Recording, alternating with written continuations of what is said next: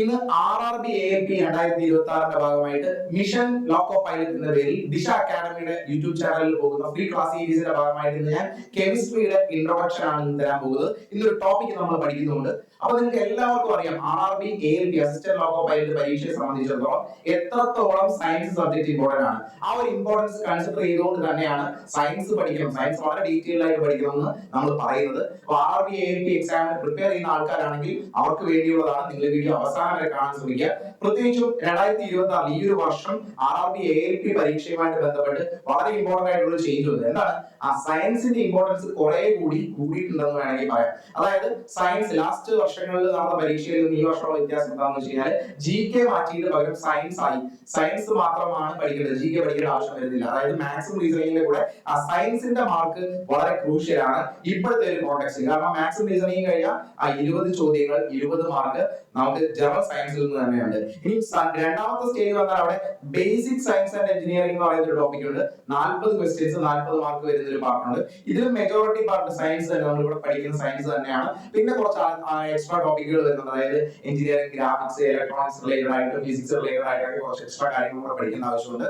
അത്തരത്തിൽ നോക്കിയാൽ നമ്മുടെ ഈ പരീക്ഷയിൽ ഏറ്റവും ഇമ്പോർട്ടന്റ് ആയിട്ടുള്ള, ഏറ്റവും കൂടുതൽ മാർക്ക് സ്കോർ ചെയ്യുകയും നിങ്ങളുടെ റാങ്ക് ഡിസൈഡ് ചെയ്യുകയും ചെയ്യപ്പെടുന്ന ഒരു ടോപ്പിക് സയൻസ് തന്നെയാണ്. അപ്പോൾ ALP പരീക്ഷയ്ക്ക് പ്രിപ്പയർ ചെയ്യുന്നവര് സയൻസ് വളരെ നന്നായിട്ട് പ്രിപ്പയർ ചെയ്യുക, നന്നായിട്ട് പഠിക്കുക. നിങ്ങൾ ആദ്യമായിട്ട് ALP പരീക്ഷ എഴുതുന്നവരായിക്കോട്ടെ, അല്ലെങ്കിൽ റിപ്പീറ്റ് ചെയ്ത് ലാസ്റ്റ് വർഷങ്ങൾ എഴുതി വീണ്ടും എഴുതുന്നവരായിക്കോട്ടെ, അവരോട് പറയാനുള്ളത് സയൻസ് ഏറ്റവും നന്നായിട്ട് പഠിക്കുക. ദിശ അക്കാഡമിയിൽ നിന്ന് തന്നെ ലാസ്റ്റ് നടന്ന RRB ALP പരീക്ഷയിൽ നിന്ന് തന്നെ ഏകദേശം 15-ൽ കൂടുതൽ ആളുകൾ RRB ALP എക്സാം ക്ലിയർ ചെയ്ത് ജോലിയിൽ പ്രവേശിക്കുന്നുണ്ട്. അപ്പൊ അത് വളരെ സന്തോഷമുള്ള ഒരു കാര്യമാണ്. നമ്മൾ തന്നിരിക്കുന്ന ക്ലാസ്സുകളും അതുപോലെ തന്നെ നമ്മുടെ ഓഫ്ലൈൻ സെന്റേഴ്സിലും ഓൺലൈൻ ആയിട്ടുള്ള കോഴ്സുകളും ഒക്കെ എടുത്ത് പഠിച്ച ഒരുപാട് പേരുണ്ട്. അപ്പൊ അവർക്കൊക്കെ പ്രയോജനം ഉണ്ടായി, അവർ ജോലിയിൽ പ്രവേശിച്ചു എന്ന് അറിഞ്ഞതിൽ വളരെ സന്തോഷം. അപ്പൊ അത്തരത്തിൽ 2026 പ്രിപ്പയർ ചെയ്യാൻ ആഗ്രഹിക്കുന്ന ആൾക്കാർക്ക് വേണ്ടി ഒരു സപ്പോർട്ട് എന്ന രീതിയിലാണ് നമ്മുടെ യൂട്യൂബ് ക്ലാസ്സസ് പോകുന്നത്. അതിന് കൂടെ തന്നെ നിങ്ങളിപ്പോ ഒരുപക്ഷെ വളരെ ഡീറ്റെയിൽഡ് ആയിട്ട് പഠിക്കണമെന്ന് ആഗ്രഹിക്കുന്നവർക്ക് വേണ്ടി യൂട്യൂബ് ക്ലാസ് കൂടാതെ ഓൺലൈൻ ക്ലാസ്സുകൾ അവൈലബിൾ ആണ്. അതുപോലെ തന്നെ ദിശ അക്കാഡമിയുടെ എല്ലാ ഓഫ്ലൈൻ സെന്റേഴ്സിലും 5 ഓഫ്ലൈൻ സെന്റേഴ്സ് ആണ് ദിശ അക്കാഡമിക്ക് ഉള്ളത്. ഈ 5 ഓഫ്ലൈൻ സെന്റേഴ്സിലും പുതിയ ബാച്ചസും ക്ലാസ്സും ഒക്കെ പോകുന്നുണ്ട്. അവിടെയൊക്കെ എൻക്വയറി ചെയ്യാനുള്ള നമ്പേഴ്സ് എല്ലാം തന്നിട്ടുണ്ട്. നിങ്ങൾക്ക് ആ നമ്പേഴ്സിൽ കോൺടാക്ട് ചെയ്ത് ഡീറ്റെയിൽസ് എടുക്കാം. ഇപ്പൊ നമ്മൾ RRB ALP എക്സാമുമായിട്ട് ബന്ധപ്പെട്ട സയൻസിന്റെ കെമിസ്ട്രി, സയൻസിലെ സ്പെസിഫിക്കലി കെമിസ്ട്രിയിൽ വളരെ ഇമ്പോർട്ടന്റ് ആയിട്ടുള്ള ഒരു ടോപ്പിക് നമ്മൾ പഠിക്കാൻ പോവാണ്. ടോപ്പിക്കാണ് പീരിയോഡിക് ടേബിൾ. പീരിയോഡിക് ടേബിൾ അപ്പൊ നമ്മൾ പഠിച്ചു തുടങ്ങുകയാണ്. സയൻസ് ആണ്, ഇന്ന് ഫസ്റ്റ് സീരീസ് ആണ്. ഇന്നത്തെ ക്ലാസ്സിൽ നമ്മൾ പീരിയോഡിക് ടേബിൾ എന്ന് പറയുന്ന വളരെ ഇമ്പോർട്ടന്റ് ആയിട്ടുള്ള ഒരു ടോപ്പിക് ആണ് നമ്മൾ ഇത് പഠിക്കുന്നത്. അപ്പൊ എന്താണ് പീരിയോഡിക് ടേബിൾ? നമ്മൾ ഡയറക്ട്ലി സബ്ജക്റ്റിലേക്ക് തന്നെ കടക്കാൻ പോവാണ്. പീരിയോഡിക് ടേബിൾ നമ്മുടെ കെമിസ്ട്രി സബ്ജക്റ്റിൽ ഏറ്റവും കൂടുതൽ മാർക്ക് വരുന്ന, ഏറ്റവും കൂടുതൽ വെയിറ്റേജ് ഉള്ള ഒരു ടോപ്പിക്കാണ്. ഒരുപാട് ചോദ്യങ്ങൾ ഈ ഒരു ചാപ്റ്ററിൽ നിന്നും ചോദിക്കുന്നുണ്ട്. അതുകൊണ്ട് തന്നെയാണ് നമ്മൾ ഇവിടെ പീരിയോഡിക് ടേബിൾ എന്ന് പറയുന്ന ടോപ്പിക് നമ്മൾ പഠിക്കുന്നത്. അപ്പൊ എന്താണ് പീരിയോഡിക് ടേബിൾ? നമ്മുടെ കെമിസ്ട്രിയെ സംബന്ധിച്ച് കെമിസ്ട്രിയിൽ കണ്ടുപിടിച്ച എലമെന്റുകൾ വളരെ ഇമ്പോർട്ടന്റ് ആണ്. എലമെന്റുകൾ കണ്ടുപിടിച്ചിരിക്കുന്ന എലമെന്റുകൾ, അതായത് ഹൈഡ്രജൻ, ഹീലിയം, ഓക്സിജൻ, നൈട്രജൻ എന്നൊക്കെ പറഞ്ഞ് പല പല എലമെന്റുകളെ കണ്ടുപിടിച്ചിട്ടുണ്ട്. ഇതെല്ലാം നമ്മൾ കേട്ടിട്ടുണ്ട്, ഈ പേരുകൾ പലതും കേട്ടിട്ടുള്ള. ഇങ്ങനെ കണ്ടുപിടിച്ച 100-ൽ പുറത്ത് 118ഓളം വരുന്ന എലമെന്റുകളെ അറേഞ്ച് ചെയ്ത് വെച്ചിരിക്കുന്ന, പ്രോപ്പർലി അറേഞ്ച് ചെയ്ത് വെച്ചിരിക്കുന്ന ടേബിൾ ആണ്. പല കാര്യങ്ങളുടെയും ബേസിൽ ഓർഗനൈസ് ചെയ്ത് അറേഞ്ച് ചെയ്ത് വെച്ചിരിക്കുന്ന ടേബിൾ ആണ് പീരിയോഡിക് ടേബിൾ എന്ന് പറയുന്നത്. അപ്പൊ നമ്മൾ പീരിയോഡിക് ടേബിൾ പഠിക്കുന്നതിന് മുമ്പ് ഏറ്റവും കൂടുതൽ ചോദ്യം വരുന്ന ഒരു ഏരിയ ആണ് പീരിയോഡിക് ടേബിളിന്റെ ഹിസ്റ്ററി എന്ന് വേണമെങ്കിൽ പറയാം. അതായത് നമ്മൾ ഇപ്പോ ഫോളോ ചെയ്യുന്ന ടേബിളിനെ നമ്മൾ മോഡേൺ പീരിയോഡിക് ടേബിൾ എന്നാണ് പറയുന്നത്.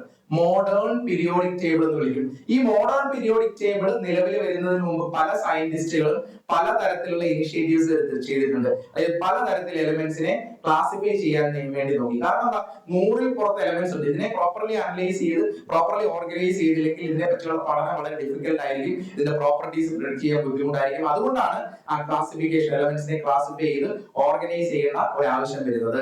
അങ്ങനെയുള്ള ഫസ്റ്റ് ഇനിഷ്യേറ്റീവ് എന്ന് നമുക്ക് പറയാൻ പറ്റുന്ന, ഹിസ്റ്റോറിക്കൽ സ്റ്റാർട്ട് പോയിന്റ് എന്ന് പറയാൻ പറ്റുന്ന ആദ്യത്തെ ഇനിഷ്യേറ്റീവ് ആന്റോയിൻ ലാവോസിയർ 1789 1789 ഈ വർഷം വളരെ ഇമ്പോർട്ടന്റ് ആണ്, ഓർക്കാൻ വളരെ എളുപ്പമല്ലേ.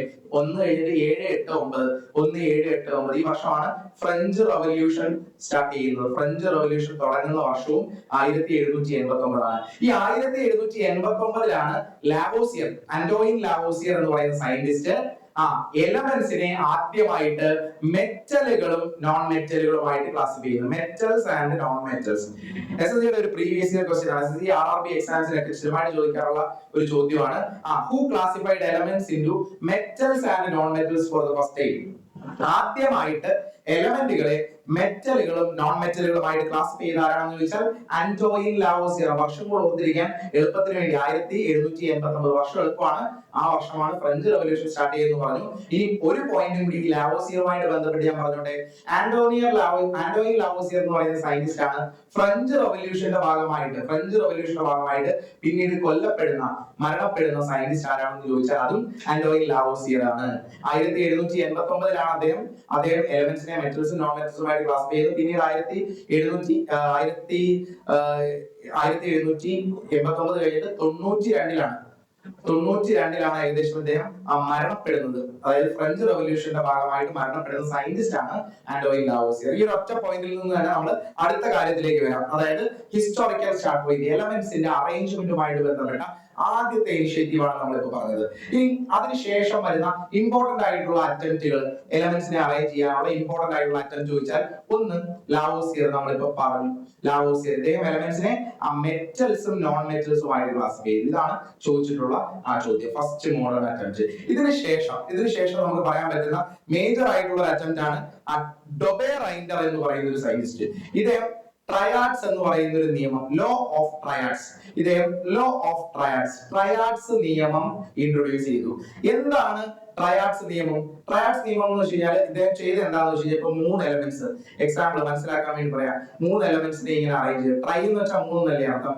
അങ്ങനെ ഇദ്ദേഹം എലമെന്റ്സിനെ അറേഞ്ച് ചെയ്തപ്പോൾ ഒന്നാമത്തെ എലമെന്റിന്റെയും മൂന്നാമത്തെ എലമെന്റിന്റെയും അറ്റോമിക് മാസ് എടുത്ത് അതിന്റെ ആവറേജ് കാൽക്കുലേറ്റ് ചെയ്തപ്പോൾ രണ്ടാമത്തെ എലമെന്റിന്റെ മിഡിൽ എലമെന്റിന്റെ അറ്റോമിക് മാസ് ആയിട്ട് കണ്ടു. അതായത് ഫസ്റ്റ് എലമെന്റിന്റെയും അതുപോലെ തേർഡ് എലമെന്റിന്റെയും അറ്റോമിക് മാസിന്റെ ആവറേജ് ആയിരുന്നു മിഡിൽ എലമെന്റിന്റെ അറ്റോമിക് മാസ്. ഈ ഒരു കാര്യമാണ് അദ്ദേഹം ലോ ഓഫ് ട്രയാഡ്സ് എന്ന പേരിൽ ഇൻട്രൊഡ്യൂസ് ചെയ്തത്. ഇത് എല്ലാ എലമെന്റ്സിനും ആപ്ലിക്കബിൾ ആയിരുന്നില്ല, പക്ഷെ ഇത് ഇമ്പോർട്ടന്റ് ആയിട്ടുള്ള ഒരു കാര്യമാണ്. ലോ ഓഫ് ട്രയാഡ്സ് നിയമം കൊണ്ടുവന്നത് ആരാന്ന് ചോദിച്ചാൽ ഡൊബെ റൈൻഡർ എന്ന് പറയുന്ന സയന്റിസ്റ്റ് ആണ്. ട്രയാഡ്സ് നിയമം കൊണ്ടുവന്നത്. ഇതിന് എന്താ ഒരു ഡ്രോബാക്ക് ഉണ്ടായിരുന്നെന്ന് വെച്ചാൽ ഫ്യൂ എലമെന്റ്സിന് മാത്രം, വളരെ കുറച്ച് എലമെന്റ്സിന് മാത്രമേ ഈ ട്രയാഡ്സ് നിയമം ഫിറ്റ് ആയിരുന്നുള്ളൂ. ബാക്കിയുള്ള ഒരുപാട് എലമെന്റ്സിന് ഇത് ഫിറ്റ് ആയിരുന്നില്ല എന്നുള്ളതാണ് ഇതിന്റെ ഒരു ലിമിറ്റേഷൻ എന്ന് പറയുന്നത്. ഇനി നമ്മൾ പഠിക്കുന്ന സമയത്ത് ട്രയാഡ്സ് എക്സാമ്പിളുകളൊക്കെ പഠിച്ചു പോകുന്നതല്ല, കാരണം അതൊക്കെ പലപ്പോഴായിട്ട് പരീക്ഷയ്ക്ക് ചോദിക്കാറ്. ഞാൻ അങ്ങനെ വളരെ ഡീറ്റെയിൽ ആയിട്ട് ഇപ്പോഴത്തെ നമ്മുടെ യൂട്യൂബ് സെഷനിൽ ഞാൻ അങ്ങനെ പോകുന്നില്ല. പക്ഷെ വളരെ ഇമ്പോർട്ടന്റ് ആയിട്ടുള്ള ചോദിക്കാൻ സാധ്യതയുള്ള കുറച്ച് കാര്യങ്ങളാണ് ഇവിടെ ഡിസ്കസ് ചെയ്യുന്നത്. നമുക്ക് വളരെ ഡീറ്റെയിൽ ആയിട്ട് പഠിക്കാനായിട്ട് ദിശ അക്കാഡമിയുടെ ഓൺലൈൻ കോഴ്സസ് അവൈലബിൾ ആണ്. അതുപോലെ തന്നെ ദിശ അക്കാഡമിയുടെ ഓഫ്ലൈൻ സെന്ററിൽ വന്ന് ഒരു കമ്മ്യൂണിറ്റി ആയിട്ട്, ഒരു ഫാമിലി ആയിട്ട് നിങ്ങൾക്ക് പഠിക്കാനുള്ള ഓപ്ഷൻസ് ഉണ്ട്. അതൊക്കെ നിങ്ങൾ കൃത്യമായിട്ട് യൂട്ടിലൈസ് ചെയ്തോളൂ. അങ്ങനെ താല്പര്യമുള്ളവർ, ഇല്ലാത്തവർക്ക് വേണ്ടിയാണ് ഇങ്ങനെയുള്ള യൂട്യൂബ് സെഷൻസ് നിങ്ങൾക്ക് വേണ്ടി അറേഞ്ച് ചെയ്തത്. ഇവിടെ നിന്നും ഇങ്ങനെയും പ്രിപ്പയർ ചെയ്യാനുള്ള ഓപ്ഷൻസ് ഉണ്ട്. ഓക്കെ, ഇനി അടുത്ത ഇനിഷ്യേറ്റീവ് പറയട്ടെ. അടുത്ത ഇനിഷ്യേറ്റീവ് ആണ് ന്യൂലാൻഡിന്റെ ലോ ഓഫ് ഒക്ടേവ് നിയമം. അതായത് ജോൺ ന്യൂലാൻഡ് എന്ന് പറയുന്ന സയന്റിസ്റ്റ്, ഇദ്ദേഹം വന്ന് ഒക്ടേവ്സ് നിയമം കൊണ്ടുവന്നു. എന്താണ് ഒക്ടേവ്സ് നിയമം? അതായത് 8, ഒക്ട എന്ന് വെച്ചാൽ 8 എന്നാണ് അർത്ഥം. അപ്പൊ ഇദ്ദേഹം കണ്ട സിമിലാരിറ്റി എന്താണെന്ന് വെച്ചാൽ ഇദ്ദേഹം 1, 2, 3, 4, 5, 6, 7 എലമെന്റ്സിനെ അറേഞ്ച് ചെയ്ത് 8ാമത്തെ എലമെന്റിനും ഫസ്റ്റ് എലമെന്റിനും സിമിലർ ആയിട്ടുള്ള പ്രോപ്പർട്ടി കണ്ടു. 1ാമത്തെ എലമെന്റിന്റെയും 8ാമത്തെ എലമെന്റിന്റെയും പ്രോപ്പർട്ടി സിമിലർ കണ്ടു. അതുപോലെ 2ാമത്തെ എലമെന്റിന്റെയും 8 എലമെന്റ്സ് കഴിഞ്ഞ് 9ാമത്തെ എലമെന്റിനും സിമിലർ പ്രോപ്പർട്ടി കണ്ടു. 3ാമത്തെ എലമെന്റിനും 10ാമത്തെ എലമെന്റിനും സിമിലർ പ്രോപ്പർട്ടി കണ്ടു. അതായത് every 8th element had similar properties. അതായത് 1 കഴിഞ്ഞ് 8ാമത്തെ എലമെന്റിന് 1ാമത്തെ എലമെന്റിന്റെ അതേ പ്രോപ്പർട്ടീസ് കണ്ടു. ഇതിനെയാണ് അദ്ദേഹം ലോ ഓഫ് ഒക്ടേവ്സ് എന്ന് വിളിച്ചത്. 1865 ലോ ഓഫ് ഒക്ടേവ്സ് നിയമം അദ്ദേഹം കൊണ്ടുവരുന്നത്. ക്ലിയർ ആണോ? ഇതാണ് രണ്ടാമത്തെ അടുത്ത സയന്റിസ്റ്റിന്റെ പേര് പറഞ്ഞത് ജോൺ ന്യൂലാൻഡ് ആണ് ലോ ഓഫ് ഒക്ടേവ്സ് കൊണ്ടുവന്നത്. ഇനി എന്താണ് ലിമിറ്റേഷൻ ഉണ്ടായിരുന്നു. ഇത് എല്ലാ എലമെന്റ്സിനും ഈ ഒരു ലോയും ആപ്ലിക്കബിൾ അല്ലായിരുന്നു. കാൽഷ്യം വരെയുള്ള ആദ്യത്തെ കുറച്ച് എലമെന്റ്സിന് മാത്രമേ ലോ ഓഫ് ഒക്ടേവ്സ് ഒബേ ചെയ്തുള്ളൂ. അതിനുശേഷം പിന്നീട് വന്ന എലമെന്റ്സിന് ഈ ലോ ഓഫ് ഒക്ടേവ്സ് ഒബേ ചെയ്തില്ല എന്നുള്ളതായിരുന്നു ഇവിടെ വന്ന ഡ്രോബാക്ക്. അപ്പൊ ഏർലിയർ അറ്റംപ്റ്റുകൾ പഠിച്ചു. ഇത് കഴിഞ്ഞിട്ട് മറ്റു പല ക്ലാസിഫിക്കേഷൻസും ഉണ്ട്. മറ്റൊരു സയന്റിസ്റ്റിന്റെ പേര് പറഞ്ഞാൽ മറ്റൊരു മോഡൽ ടെല്യൂറിക് ഹെലിക്സ് മോഡൽ എന്ന് പറയുന്ന ഒരു മോഡലിൽ ഒരു സയന്റിസ്റ്റ് എലമെന്റ്സിനെ അറേഞ്ച് ചെയ്തു. ആരാണെന്ന് ചോദിച്ചാൽ അദ്ദേഹത്തിന്റെ പേര് ചാൻ കോർട്ടോയ്സ്. വളരെ ഇമ്പോർട്ടന്റ് ആയിട്ടുള്ള കാര്യമൊന്നും അല്ല, ജസ്റ്റ് ഞാൻ ഇതിന്റെ കൂടെ പറഞ്ഞേ ഉള്ളൂ. ആരാണ് ടെല്യൂറിക് ഹെലിക്സ് മോഡലിൽ എലമെന്റ്സിനെ അറേഞ്ച് ചെയ്യാൻ നോക്കിയ സയന്റിസ്റ്റ് എന്ന് ചോദിച്ചാൽ ചാൻ കോർട്ടോയ്സ് എന്ന് പറയുന്ന സയന്റിസ്റ്റ് ആണ് ടെല്യൂറിക് ഹെലിക്സ് മോഡലിൽ എലമെന്റ്സിനെ അറേഞ്ച് ചെയ്തത്. അതും കൂടി നമുക്ക് വേണമെങ്കിൽ അതിന്റെ കൂടെ ചേർത്ത് പഠിക്കാൻ പറ്റുന്നതാണ്. ഇനി മറ്റൊരു സയന്റിസ്റ്റും കൂടെ ഞാൻ ഇതിന്റെ കൂടെ പറയുകയാണ്, ശ്രദ്ധിച്ചോളൂ. ഇതിന്റെ കൂടെ പറയുന്ന മറ്റൊരു സയന്റിസ്റ്റ് ആണ് ലോത്തർ മേയർ. ഈ സയന്റിസ്റ്റ് എന്താണ് ചെയ്യുന്നത് വെച്ചാൽ ഇദ്ദേഹം കുറെ എലമെന്റ്സിനെ എടുത്തു. എന്നിട്ട് ആ എലമെന്റ്സിന്റെ എല്ലാം ഡിഫറെന്റ് ഫിസിക്കൽ പ്രോപ്പർട്ടീസ്, അതായത് boiling point, melting point, atomic mass, atomic wait അല്ലെങ്കിൽ അറ്റോമിക് വോളിയം, ഇങ്ങനെ ഡിഫറെന്റ് പ്രോപ്പർട്ടീസ് എടുത്തിട്ട് ഗ്രാഫ് പ്ലോട്ട് ചെയ്തു. എന്നിട്ട് അതിന്റെ സിമിലാരിറ്റി ഇദ്ദേഹം ഒബ്സർവ് ചെയ്തു. അങ്ങനെയാണ് ലോത്തർ മേയർ എക്സ്പെരിമെന്റ് ചെയ്ത് എലമെന്റ്സിന്റെ അറേഞ്ച്മെന്റിനെ. അതുമായിട്ട് ബന്ധപ്പെട്ട് വളരെ ഇമ്പോർട്ടന്റ് ആയിട്ട് ചോദിച്ചിട്ടുള്ള ഒരു ചോദ്യമാണ് അറ്റോമിക് വോളിയം കർവ് പ്ലോട്ട് ചെയ്ത സയന്റിസ്റ്റ് ആര്? Who plotted atomic volume curve, അല്ലെങ്കിൽ ഗ്രാഫ്, നമ്മൾ ഗ്രാഫിനെ കർവ് എന്ന് പറയാറുണ്ട് അല്ലെ. അപ്പൊ അറ്റോമിക് വോളിയം കർവ് പ്ലോട്ട് ചെയ്ത സയന്റിസ്റ്റ് ആരാണെന്ന് ചോദിച്ചാൽ അത് ലോത്തർ മേയർ ആണെന്ന് ഓർത്തുകൊള്ളുക. ഇതൊക്കെ ഏർലിയർ അറ്റംപ്റ്റ്സ് ആയിരുന്നു. ഇതിനുശേഷമാണ് വളരെ ഇമ്പോർട്ടന്റ് ആയിട്ടുള്ള ഒരു സയന്റിസ്റ്റ് വരുന്നത്, മെൻഡലീവ്. Dmitry Mendeleev. അദ്ദേഹം ഒരു ടാബുലാർ അറേഞ്ച്മെന്റുമായിട്ട് മുമ്പോട്ട് വന്നു. ഈ ഒരു മെൻഡലീവിനെയാണ് നമ്മൾ ഫാദർ ഓഫ് പീരിയോഡിക് ടേബിൾ എന്ന് വിളിക്കുന്നത്. ഫാദർ ഓഫ് പീരിയോഡിക് ടേബിൾ ആരാണെന്ന് ചോദിച്ചാൽ മെൻഡലീവ്. ഡിമിട്രി മെൻഡലീവിനെയാണ് ഫാദർ ഓഫ് പീരിയോഡിക് ടേബിൾ എന്ന് അറിയപ്പെടുന്നത്. 1869 ഇദ്ദേഹം അദ്ദേഹത്തിന്റെ പീരിയോഡിക് ടേബിൾ ഉണ്ടാക്കുന്നത്. 1869. ഈ ഒരു അറേഞ്ച്മെന്റ്, ഇദ്ദേഹത്തിന്റെ ഒരു പീരിയോഡിക് ടേബിൾ ആണ് വളരെ ഇമ്പോർട്ടന്റ് ആയിട്ടുള്ള കോൺട്രിബ്യൂഷൻസ് നമ്മുടെ ഇന്നത്തെ മോഡേൺ പീരിയോഡിക് ടേബിളിൽ തന്നിരിക്കുന്നത്. അതുകൊണ്ടാണ് ഇദ്ദേഹത്തെ ഫാദർ ഓഫ് പീരിയോഡിക് ടേബിൾ എന്ന് അറിയപ്പെടുന്നത്. 1869 ഇദ്ദേഹം പീരിയോഡിക് ടേബിൾ ഉണ്ടാക്കുന്നത്. ഇതിന്റെ 150ാമത് വാർഷികം, 150th anniversary, United Nations international year of periodic table of elements ആയിട്ട് സെലിബ്രേറ്റ് ചെയ്യുന്നു. അത് വേണമെങ്കിൽ ക്വസ്റ്റ്യൻ ആയിട്ട് ചോദിക്കാം. എന്നാണ് United Nations international year of periodic table of elements ആയിട്ട് സെലിബ്രേറ്റ് ചെയ്യുന്നത്? 150ാമത്തെ വാർഷികം എന്ന് പറയുമ്പോൾ 2019 ആണ് international year of periodic table of elements. ഇനി എന്താണ് മെൻഡലീവിന്റെ പീരിയോഡിക് ടേബിളിന്റെ പ്രത്യേകത? ഒന്നാമത്തെ പ്രത്യേകത അദ്ദേഹം കൊണ്ടുവന്നു, മെൻഡലീവ് പീരിയോഡിക് ലോ ഇൻട്രൊഡ്യൂസ് ചെയ്തു. ആരാണ് പീരിയോഡിക് ലോ ഇൻട്രൊഡ്യൂസ് ചെയ്തതെന്ന് ചോദിച്ചാൽ അതിന്റെ ഉത്തരം മെൻഡലീവ് ആണ് പീരിയോഡിക് ലോ ഇൻട്രൊഡ്യൂസ് ചെയ്തത്. എന്താണ് പീരിയോഡിക് ലോ പറയുന്നത്? സ്റ്റേറ്റ്മെന്റ് ഉൾപ്പെടെ പഠിച്ചു വെക്കുന്നത് നല്ലതാണ്. ഇത് എക്സാമിന് ഒരു വട്ടം ചോദിച്ചിട്ടുള്ളതാണ്. The properties of elements are a periodic function of their atomic mass. Atomic മാസിന്റെ ഒരു പീരിയോഡിക് ഫംഗ്ഷൻ ആണ് ഒരു എലമെന്റിന്റെ property, physical property, chemical property എന്നൊക്കെ പറയുന്നത് എന്ന് പറഞ്ഞ നിയമമാണ് മെൻഡലീവിന്റെ പീരിയോഡിക് ലോ. അതായത് ഒരു എലമെന്റിനെ സംബന്ധിച്ച് അതിന്റെ പ്രോപ്പർട്ടി എന്ന് പറയുന്നത് അതിന്റെ അറ്റോമിക് മാസിന്റെ പീരിയോഡിക് ഫംഗ്ഷൻ ആണ് എന്ന് പറയുന്നത്. ഈ സ്റ്റേറ്റ്മെന്റ് ഉൾപ്പെടെ പഠിച്ചു വെക്കേണ്ട ആവശ്യമുണ്ട്. സ്റ്റേറ്റ്മെന്റ് ഉൾപ്പെടെ പഠിച്ചു വെച്ചോളൂ. അപ്പം മെൻഡലീവിന്റെ പീരിയോഡിക് ലോ, മെൻഡലീവ് ആണ് പീരിയോഡിക് ലോ കൊണ്ടുവന്നത്. ഇത് ഇമ്പോർട്ടന്റ് ആയിട്ടുള്ള കാര്യമാണ്. അപ്പൊ ചോദ്യം ചോദിക്കാം, ഹു പ്രപ്പോസ്ഡ് പീരിയോഡിക് ലോ? ആരാണ്? ഡിമിട്രി മെൻഡലീവ് ആണ്. ഇനി അടുത്ത ഇമ്പോർട്ടന്റ് ആയിട്ടുള്ള കാര്യം എന്താണെന്ന് വെച്ചാൽ ഇദ്ദേഹത്തിന്റെ ഒരു ടേബിൾ, പീരിയോഡിക് ടേബിൾ എന്ന പേരിൽ ഒരു ടാബുലാർ ഫോമിലാണ് ഈ ടേബിൾ പോലെ ഉണ്ടാക്കി അതിനകത്ത് 1, 2 എന്ന് പറഞ്ഞ് ആ എലമെന്റ്സിനെ ഇവിടെ നിങ്ങൾക്ക് കാണാൻ സാധിക്കുന്ന പോലെ ഇങ്ങനെ ടാബുലാർ ഫോമിലാണ് ഇദ്ദേഹം എലമെന്റ്സിനെ അറേഞ്ച് ചെയ്തത്. അങ്ങനെ അറേഞ്ച് ചെയ്തപ്പോൾ ഇദ്ദേഹത്തിന്റെ പീരിയോഡിക് ടേബിൾ ആകുമ്പോൾ എന്തൊരു കോളംസും ഉണ്ടാവും റോസും ഉണ്ടാവും അല്ലെ. വെർട്ടിക്കലി ഉള്ളതിനെ കോളംസ് എന്നാണ് നമ്മൾ വിളിക്കുന്നത്. വെർട്ടിക്കലി, അതായത് മുകളിൽ നിന്ന് താഴോട്ട് വരുന്ന വെർട്ടിക്കലി ഉള്ളതിനെ നമ്മൾ കോളം എന്ന് വിളിക്കും.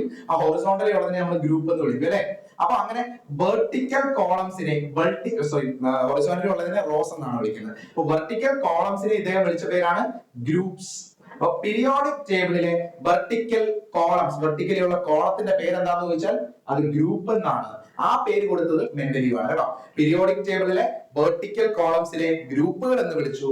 അതുപോലെ തന്നെ ഹൊറിസോണ്ടലി ഉള്ള റോസിനെ അദ്ദേഹം പീരീഡ്സ് എന്നും വിളിച്ചു. ഇത് ഇദ്ദേഹത്തിന്റെ കോൺട്രിബ്യൂഷൻ ആണ്. ഇതേ ടേംസ് തന്നെയാണ് നമ്മൾ ഇപ്പോഴത്തെ മോഡേൺ പീരിയോഡിക് ടേബിളിലും ഉപയോഗിക്കുന്നത്. ക്ലിയർ ആണോ? ഈ ഒരു കാര്യം കൂടി ഓർക്കുക. അപ്പൊ 2 പോയിന്റുകൾ പറഞ്ഞു. ഇദ്ദേഹം പീരിയോഡിക് ലോ കൊണ്ടുവന്നു.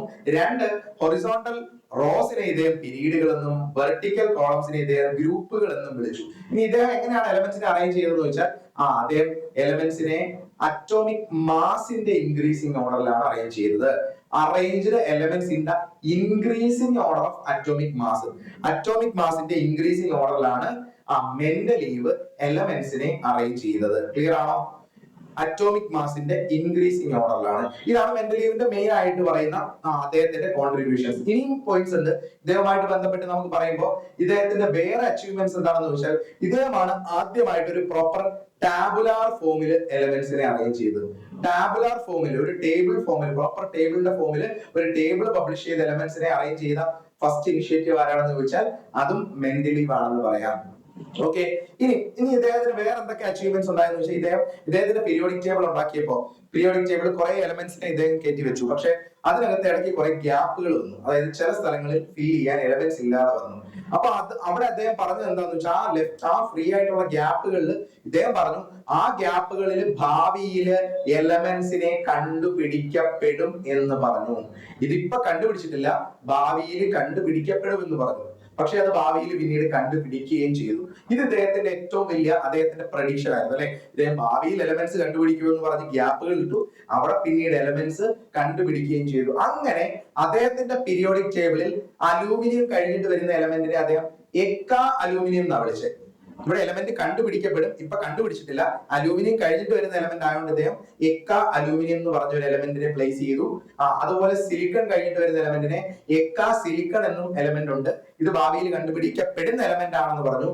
അങ്ങനെ ഈ എലമെന്റ്സ് ഭാവിയിൽ കണ്ടുപിടിച്ചു. അതായത് ഈ എക്ക അലൂമിനിയം എന്ന പേരിൽ അറിയപ്പെട്ടിരുന്ന പിന്നീട് കണ്ടുപിടിച്ച എലമെന്റ് ആണ് ഏതാണെന്ന് ചോദിച്ചാൽ എന്ത് പറയാം? ഗാലിയം ആണ് കേട്ടോ. ഓർത്തോളുക, ഗാലിയം. എക്ക അലൂമിനിയം എന്ന പേരിൽ മെൻഡലീവിന്റെ പീരിയോഡിക് ടേബിളിൽ അറിയപ്പെട്ടിരുന്ന പിന്നീട് കണ്ടുപിടിക്കപ്പെട്ട എലമെന്റിന്റെ പേര് ഗാലിയം. എക്ക അലൂമിനിയം ഗാലിയം ആണ്. എക്ക സിലിക്കൺ എന്ന പേരിൽ അറിയപ്പെട്ടിരുന്ന എലമെന്റ് ജെർമേനിയം ആണ് കേട്ടോ. ജെർമേനിയം. ഇത് ഇമ്പോർട്ടന്റ് ആയിട്ടുള്ള കാര്യമാണ്, ശ്രദ്ധിച്ചോളുക.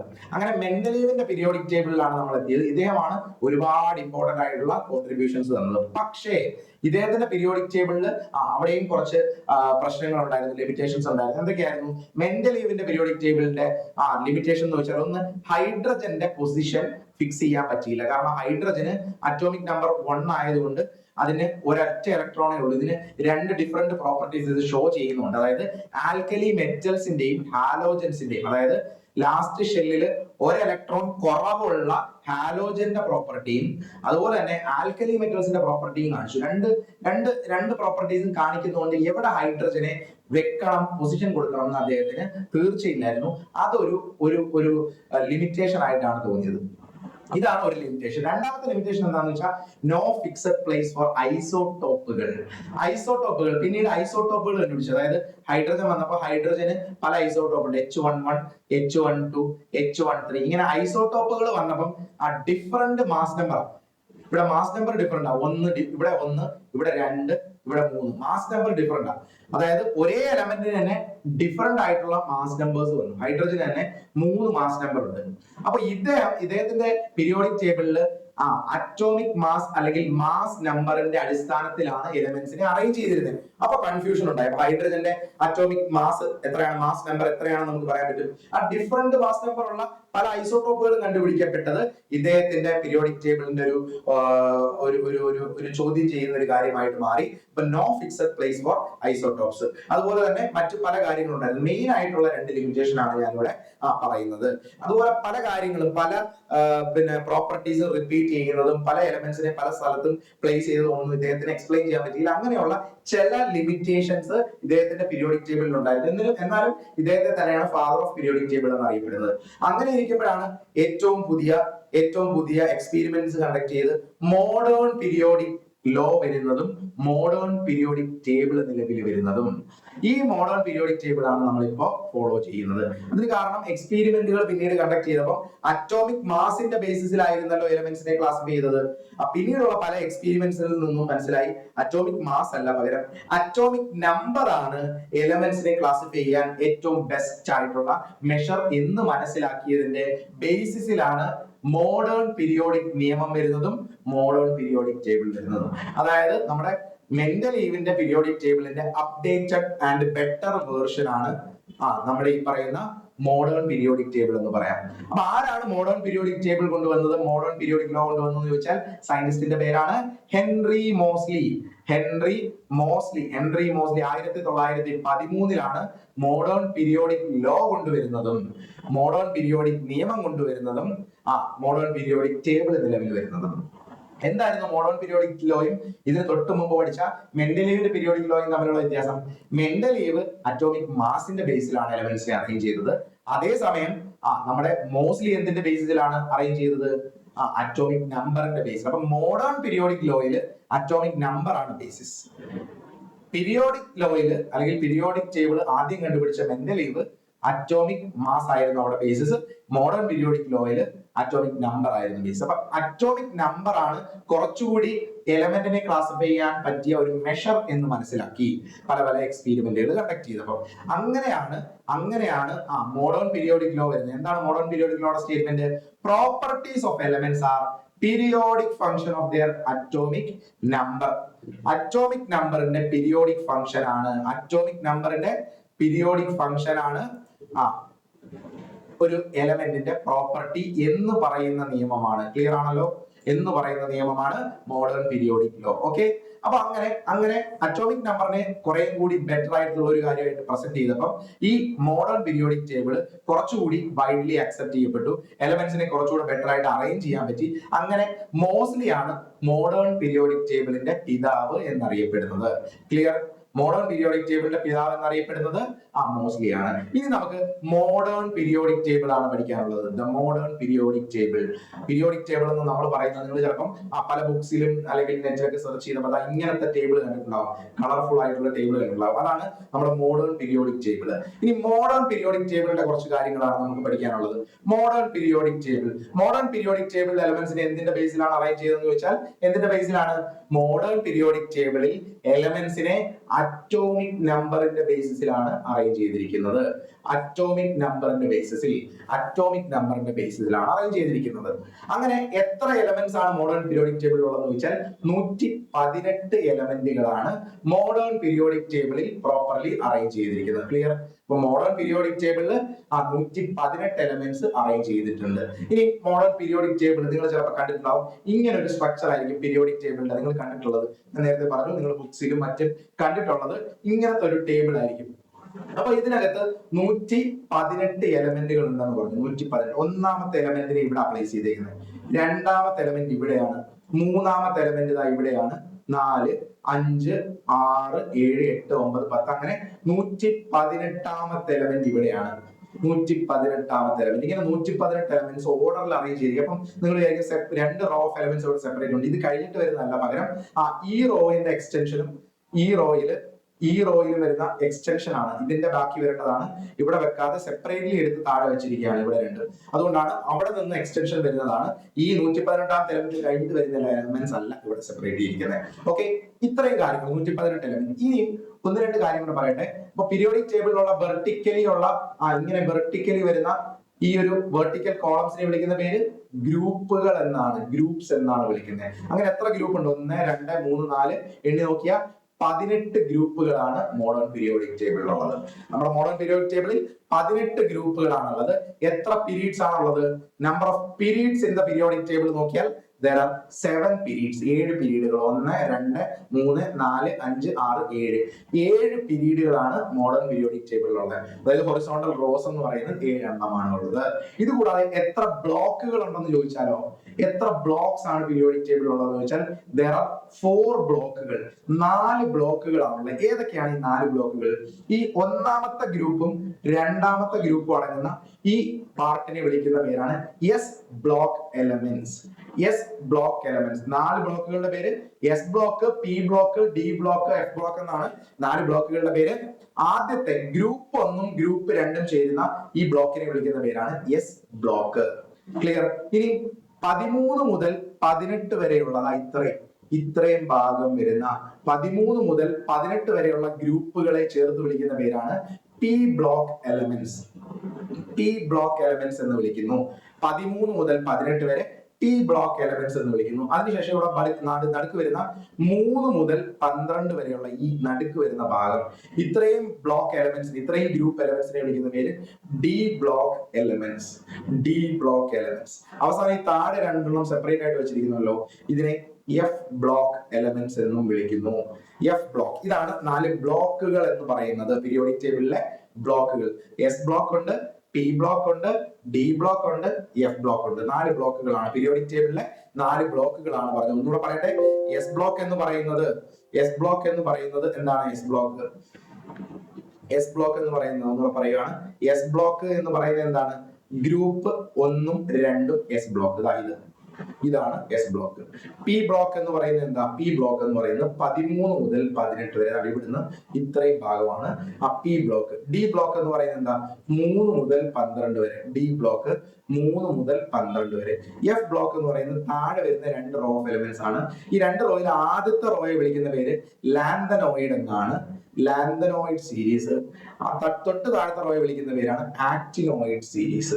ലാന്തനോയിഡുകളും ആക്ടിനോയിഡുകളും ചേരുന്നതാണ് എഫ് ബ്ലോക്ക് എലമെന്റ്സ് എന്ന് നമുക്ക് കൃത്യമായിട്ട് പറയാൻ പറ്റും. ഓക്കെ, ഇത്രയും കാര്യങ്ങൾ കൃത്യമായിട്ട് പഠിച്ചാൽ നമുക്ക് പീരിയോഡിക് ടേബിളിന്റെ സ്ട്രക്ചർ കൃത്യമായിട്ട് അറിയാം. ഇനി മറ്റൊരു ടേം കൂടെ പറയാം. റെപ്രസെന്റേറ്റീവ് എലമെന്റ്സ് എന്ന് വെച്ചാൽ എന്താണെന്ന് ചോദിക്കും. റെപ്രസെന്റേറ്റീവ് എലമെന്റ്സ് എന്ന് പറയുന്നത് എസ് ബ്ലോക്കിനെയും പി ബ്ലോക്കിനെയും കൂടെ ചേർത്ത് വിളിക്കുന്ന പേരാണ്. ഈ കാണുന്ന എസ് ബ്ലോക്കിനെയും പി ബ്ലോക്കിനെയും കൂടെ ചേർത്ത് വിളിക്കുന്ന പേര് റെപ്രസെന്റേറ്റീവ് എലമെന്റ്സ്. ഈ നടുക്ക് വരുന്ന ഡി ബ്ലോക്കിനെ അറിയപ്പെടുന്ന പേരാണ് ട്രാൻസിഷൻ എലമെന്റ്സ്. ട്രാൻസിഷൻ എലമെന്റ്സ് എന്നറിയപ്പെടുന്നു. ട്രാൻസിഷൻ എലമെന്റ്സ് എന്ന് ഡി ബ്ലോക്ക് എലമെന്റ്സിനെ അറിയപ്പെടുന്നു. എഫ് ബ്ലോക്ക് എലമെന്റ്സിനെ അറിയപ്പെടുന്ന ഒരു പേരാണ് ഇന്നർ ട്രാൻസിഷൻ എലമെന്റ്സ്. ഇത് ഇന്നർ ട്രാൻസിഷൻ എലമെന്റ്സ് എന്നറിയപ്പെടുന്നു. ഇതാണ് പീരിയോഡിക് ടേബിളിന്റെ ഒരു ബേസിക് സ്ട്രക്ചർ. ബേസിക് ആയിട്ട് പീരിയോഡിക് ടേബിളിൽ എന്തൊക്കെയാണെന്ന് ജസ്റ്റ് മനസ്സിലാക്കാനുള്ള കുറച്ച് കാര്യങ്ങളാണ് നമ്മൾ ഡിസ്കസ് ചെയ്തത്. ഇനി നിങ്ങൾ എക്സാമിന് വളരെ സീരിയസ്ലി പഠിക്കുന്നവരോട് ഒരു കാര്യവും കൂടെ നിങ്ങൾ പഠിക്കാൻ ഞാൻ പറയുന്നു. പീരിയോഡിക് ടേബിളിന്റെ ബേസിക് സ്ട്രക്ചർ പഠിച്ചു. ആദ്യത്തെ കുറച്ച് എലമെന്റ്സിന്റെ അറ്റോമിക് നമ്പേഴ്സ് ഒക്കെ നമ്മൾ കാണാതെ പഠിക്കേണ്ട ആവശ്യമുണ്ട്. കുറച്ച് അറ്റോമിക് നമ്പേഴ്സ് കാണാതെ പഠിക്കണം. അതായത് 1 മുതൽ 20 വരെയുള്ള അറ്റോമിക് നമ്പേഴ്സ് 1 മുതൽ 20 വരെയുള്ള അറ്റോമിക് നമ്പേഴ്സ് മസ്റ്റ് ആയിട്ട് കാണാതെ പഠിക്കണം. നിങ്ങൾക്ക് ഇവിടെ നോക്കാം. ഫസ്റ്റ് എലമെന്റ് അറ്റോമിക് നമ്പർ 1 ഉള്ള എലമെന്റ് പേര് hydrogen, 2 helium, 1 hydrogen, 2 helium, 3 lithium, 4 beryllium, boron, carbon, nitrogen, oxygen, fluorine, neon, sodium, magnesium, aluminium, silicon, phosphorus, sulphur, chlorine, argon. ഇത് നിങ്ങൾക്ക് ഗൂഗിളിൽ ഒന്ന് സെർച്ച് ചെയ്താൽ മാത്രം മതി. അറ്റോമിക് നമ്പേഴ്സ് 1 to 20 കാണാതെ പഠിക്കണം. 1 to 20 നിങ്ങൾക്ക് അറിയുന്നവർ എത്ര പേർക്ക് അറിയാം? നിങ്ങൾ ഇന്ന് ക്ലാസ് കണ്ട എത്ര പേർക്ക് അറ്റോമിക് നമ്പേഴ്സ് അറിയാം? അറ്റോമിക് നമ്പേഴ്സ് പ്രോപ്പർലി അറിയുന്ന ആൾക്കാർ ഒന്ന് കമന്റ് ചെയ്തേ. അറ്റോമിക് നമ്പേഴ്സ്, ഇമ്പോർട്ടന്റ് ആയിട്ടുള്ള അറ്റോമിക് നമ്പേഴ്സ് നിങ്ങൾ കമന്റ് ചെയ്യുക. ഈ ചോദ്യത്തിന് കാര്യങ്ങളുമായിട്ട് ബന്ധപ്പെട്ട് വരുന്ന കാര്യങ്ങൾ നിങ്ങൾ പ്രോപ്പർലി കമന്റ് ചെയ്യാനാണ് ഞാൻ പറഞ്ഞത്. അറിയുന്നവർ എത്ര പേര് അറിയുന്നവരുണ്ട്? ഈ വീഡിയോ കണ്ട അറിയുന്നവരുണ്ടെങ്കിൽ 1 to 20 പഠിച്ചു കഴിഞ്ഞെങ്കിൽ അടുത്ത ദിവസം മറ്റ് ടാസ്കുകളുമായിട്ട് നമുക്ക് കണ്ടിന്യൂ ചെയ്യാം. ഇനി എന്താണ് പഠിക്കേണ്ടത് എന്നുള്ള കാര്യങ്ങൾ ഞാൻ അടുത്തതിൽ ഈ പീരിയോഡിക് ടേബിളിൽ തന്നെ വളരെ ഡീറ്റെയിൽഡ് ആയിട്ട് ഗ്രൂപ്പ് വൈസ്, ഗ്രൂപ്പ് 1, ഗ്രൂപ്പ് 2 ഒക്കെ നമുക്ക് സെപ്പറേറ്റ്ലി പഠിക്കേണ്ട ആവശ്യമുണ്ട്. അത് വരുന്ന സെഷൻസിൽ നമുക്ക് പഠിക്കാം.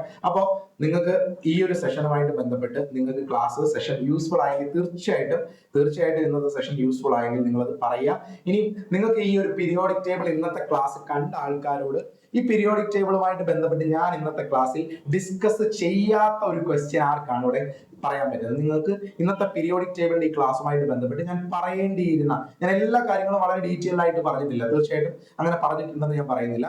എല്ലാ കാര്യങ്ങളും ഡീറ്റെയിൽ ആയിട്ട് ഞാൻ പറഞ്ഞിട്ടില്ല. പക്ഷേ ഡീറ്റെയിൽ ആയിട്ട് പറഞ്ഞ് അല്ലെങ്കിൽ പഠിക്കേണ്ടിരുന്നത് ഞാൻ നിങ്ങൾക്ക് വേണ്ടി ഇന്നത്തെ ചാപ്റ്ററിൽ മിസ്സാക്കിയ ക്വസ്റ്റ്യൻസ് ഉണ്ടെങ്കിൽ അല്ലെങ്കിൽ ഇമ്പോർട്ടന്റ് ആയിട്ടുള്ള ചോദ്യങ്ങൾ നിങ്ങൾക്ക് അറിയുമെങ്കിൽ നിങ്ങൾ ഈ വീഡിയോയുടെ താഴെ കമന്റ് ചെയ്യുക. അതുപോലെ തന്നെ വരുന്ന സെഷനിൽ നമുക്ക് ഇതിന്റെ കണ്ടിന്യൂറ്റി ആയിട്ടുള്ള ടോപ്പിക്കുകൾ പഠിക്കേണ്ടതാണ്. നിങ്ങൾക്ക് ഏതെങ്കിലും സബ്ജക്ട് സയൻസിൽ ബുദ്ധിമുട്ടുള്ള ടോപ്പിക്കുകൾ ഉണ്ടെങ്കിൽ ആ ടോപ്പിക്കുകൾ നിങ്ങൾ ഈ വീഡിയോയുടെ താഴെ കമന്റ് ആയിട്ട് പറഞ്ഞാൽ ആ വീഡിയോസ് നമ്മൾ ചെയ്യാൻ ശ്രമിക്കുന്നതാണ്, ആ ക്ലാസ്സസും ആ ടോപ്പിക്കുകളും തരാൻ ശ്രമിക്കുന്നതാണ്. സോ ഈ വീഡിയോ നിങ്ങൾ എല്ലാവരും കംപ്ലീറ്റ്ലി കാണാൻ ശ്രമിക്കുക.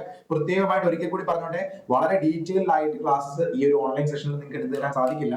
പക്ഷെ വളരെ സിൻസിയർ ആയിട്ട് RRB ALP RRB എക്സാംസ് ഒക്കെ ക്രാക്ക് ചെയ്യണം എന്ന് ആഗ്രഹിക്കുന്ന ആൾക്കാരാണെങ്കിൽ നിങ്ങൾക്ക് ദിശ അക്കാഡമി ഓൾവേസ് വെൽക്കംസ് യു. ദിശ അക്കാഡമി എപ്പോഴും റെഡിയാണ്. ദിശ അക്കാഡമിയിൽ പുതിയ ഓഫ്ലൈൻ സെന്ററുകളിൽ പുതിയ ബാച്ചസ് സ്റ്റാർട്ട് ചെയ്തിട്ടുണ്ട്. RRB SSC എക്സാംസിന് ഓറിയന്റഡ് ആയിട്ടുള്ള പുതിയ ബാച്ചസ് ആണ് സ്റ്റാർട്ട് ചെയ്തിരിക്കുന്നത്. താല്പര്യമുള്ള ആൾക്കാരാണെങ്കിൽ തീർച്ചയായിട്ടും ഈ കോഴ്സസിന് ജോയിൻ ചെയ്യാൻ സാധിക്കുന്നതാണ്. ദിശ അക്കാഡമിക്ക് 5 ഓഫ്ലൈൻ സെന്റേഴ്സ് ഉണ്ട്, നിങ്ങൾക്ക് കാണാൻ സാധിക്കും. ഇവിടെ കൊട്ടാരക്കര, ട്രിവാൻഡ്രം, കൊല്ലം, തൃശ്ശൂർ, കോഴിക്കോട് ഇത്രയും ബ്രാഞ്ചസ് ആണ് കറന്റ് അവൈലബിൾ ആയിട്ടുള്ളത്. ഈ ബ്രാഞ്ചസിലൊക്കെ പുതിയ ബാച്ചസ് സ്റ്റാർട്ട് ചെയ്തിട്ടുണ്ട്. താല്പര്യമുള്ളവർക്ക് വളരെ സിൻസിയർ ആയിട്ട് പഠിക്കണം എന്നുള്ളവർക്ക് ഈ ബ്രാഞ്ചസിലെ കോൺടാക്ട് നമ്പർ കാണും, ആ നമ്പറിൽ കോൺടാക്ട് ചെയ്യാം. അല്ല ഓൺലൈൻ ആയിട്ട് ഒരു കോഴ്സ് എടുത്ത് പഠിക്കണം എന്ന് ആഗ്രഹിക്കുന്ന ആൾക്കാരാണെങ്കിൽ അവർക്ക് വേണ്ടി ആ ഓൺലൈനിന്റെ നമ്പർ ഇവിടെ കാണുന്നുണ്ട്. സോ ആ നമ്പറിൽ നിങ്ങൾക്ക് കോൺടാക്ട് ചെയ്താൽ ഓൺലൈൻ കോഴ്സുകളും മറ്റു ഡീറ്റെയിൽസ് പറയാം. ഇല്ല, നിങ്ങൾക്ക് ഓൺലൈനിൽ നമ്മുടെ യൂട്യൂബ് ചാനൽ തന്നെ കണ്ടുപിടിക്കാനുള്ള അവസരങ്ങളുണ്ട്. നിങ്ങൾക്ക് RRB SSC എക്സാമിനെ പറ്റിയുള്ള കംപ്ലീറ്റ് ഡീറ്റെയിൽസ് അടങ്ങുന്ന കംപ്ലീറ്റ് കാര്യങ്ങൾ ദിശ അക്കാഡമിയുടെ പ്ലാറ്റ്ഫോമിൽ തന്നെ അവൈലബിൾ ആയിരിക്കും. നിങ്ങൾക്ക് എന്തെങ്കിലും സംശയങ്ങൾ ഈ പരീക്ഷകളുമായിട്ട് ബന്ധപ്പെട്ടിട്ടുണ്ടെങ്കിൽ തീർച്ചയായിട്ടും ഈ വീഡിയോയുടെ താഴെ ചോദിക്കുക. അതിനുള്ള ഉത്തരങ്ങൾ വരുന്ന ദിവസങ്ങളിൽ നിങ്ങൾക്ക് കിട്ടുന്നതായിരിക്കും. അപ്പൊ എല്ലാവർക്കും ഈ വീഡിയോ, ഈ ക്ലാസ് ഇഷ്ടമായെന്ന് കരുതുന്നു. നിങ്ങളുടെ നിർദ്ദേശങ്ങളും അഭിപ്രായങ്ങളും ഒക്കെ തീർച്ചയായിട്ടും ഈ വീഡിയോയുടെ താഴെ കമന്റുകളായിട്ട് പ്രതീക്ഷിക്കുന്നു. അപ്പൊ എല്ലാവർക്കും thank you for watching the video. Okay, by.